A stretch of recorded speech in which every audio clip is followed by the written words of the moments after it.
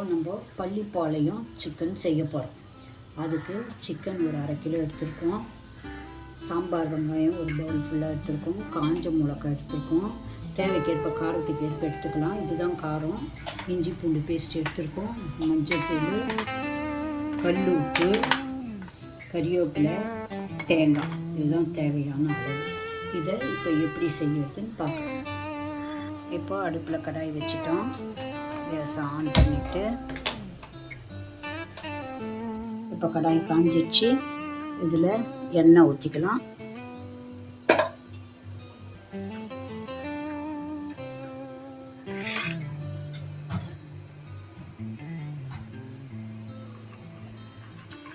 காஞ்ச மிளகாய் போட்டுடலாம்.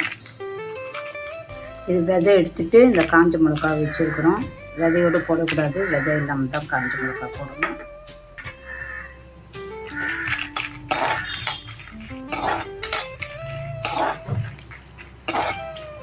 இது நல்லா செவுக்க இருக்கணும். வறுத்துட்டு இருக்கும்போதே கறிவேப்பிலை போட்டுடலாம். நம்ம இதில் கறிவேப்பிலை தேவைக்கேற்ப கிள்ளி போடலாம். இந்த கிள்ளி போட்டால் தான் வாசனையாக இருக்கும்.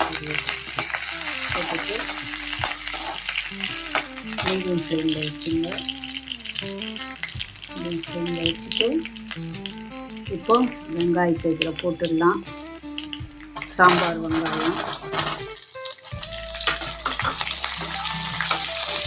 இது நல்லா செவுக்க வதக்கணும். இந்த வெங்காயத்தை சாம்பார் வெங்காயத்தை அப்போ தான் டேஸ்ட்டு கொடுக்கும். காஞ்ச மிளகாவும் சாம்பார் வெங்காயமும் மீடியம் ஃப்ளேமில் வச்சு நல்லா வதக்கிட்டே இருக்கணும்.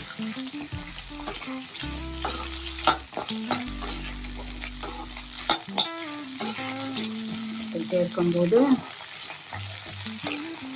கொஞ்சம் பாதி வதக்கின பிறகு இஞ்சி பூண்டு பேஸ்ட்டு போடலாம். இது ரொம்ப டேஸ்ட்டாக இருக்கணும் இந்த பள்ளிப்பாளையம் சிக்கனு.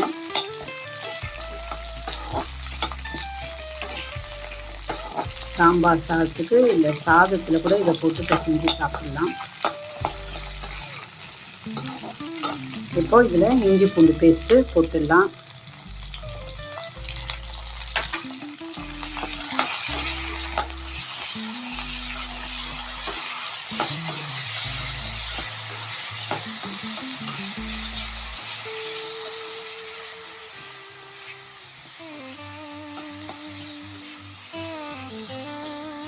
மீடியம் ஃப்ளேம்லேயே வச்சு பண்ணுங்க.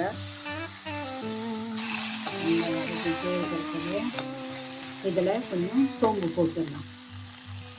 கொஞ்சமாக சோம்பு போட்டுட்டு நல்லா வதக்கிட்டே இருக்கணும்.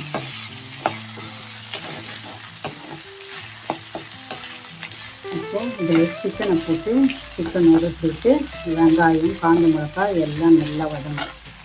தண்ணி இல்லாமல் எடுத்து வச்சுருக்கோம். ஒரு சிக்கனை இதில் போட்டு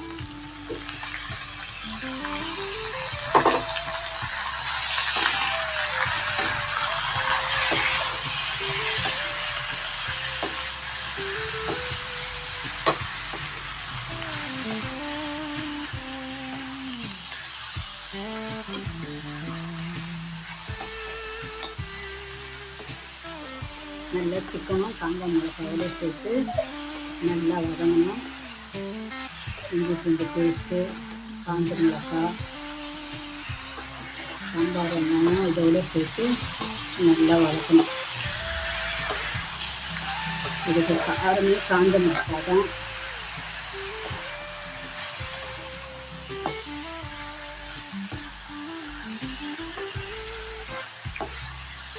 நம்ம குக்கரில் செய்யக்கூடாது, கடாயில் செஞ்சால் தான் அது டேஸ்ட்டாக இருக்கும். குக்கரில் செஞ்சால் அந்த அளவு டேஸ்ட் வராது.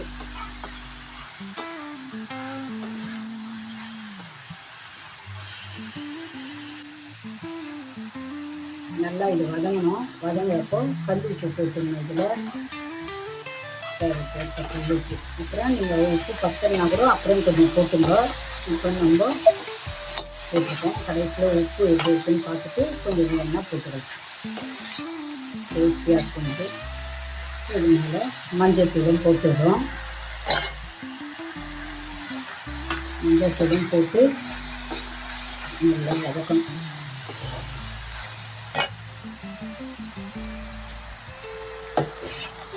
நல்லா வதக்கிக்கினே இருக்கணும். இதை நல்லா வதங்கின பிறகு காட்டுறவங்களுக்கு நல்லா இதை நல்லா வதக்கிட்டோம். வதங்கி கறி நல்லா சுருள வந்துச்சு. இப்போது இதில் தண்ணி ஊற்றி ஒரு தட்டை போட்டு ஒரு 5 மினிட்ஸ் மூட போகிறோம். அப்புறம் உங்களை காட்டுறோம். தண்ணி இதில் ஊற்றணும். கறி வேகிற அளவு தண்ணி ஊற்றணும்.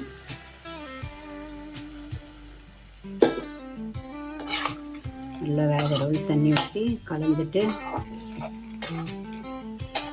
நம்ம உப்பு பார்த்துட்டு உப்பு பத்தலைன்னா போட்டுங்க.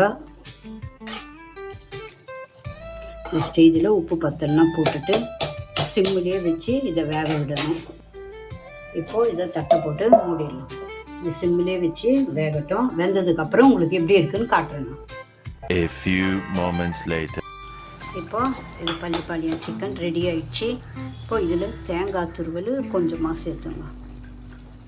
தேங்காய் துருவல் சேர்த்து நல்லா கிளறி விடணும். ஒரு 2 நிமிஷம் கிளறி விட்டு இதில் 1 ஸ்பூன் நெய் விட்டுக்கலாம்.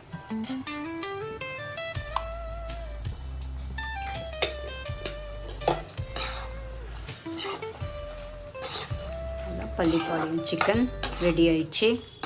நீங்களும் உங்கள் வீட்டில் செஞ்சு பார்த்து இது எப்படி இருக்குன்னு எங்களுக்கு சொல்லுங்கள், கமெண்டில் சொல்லுங்கள்.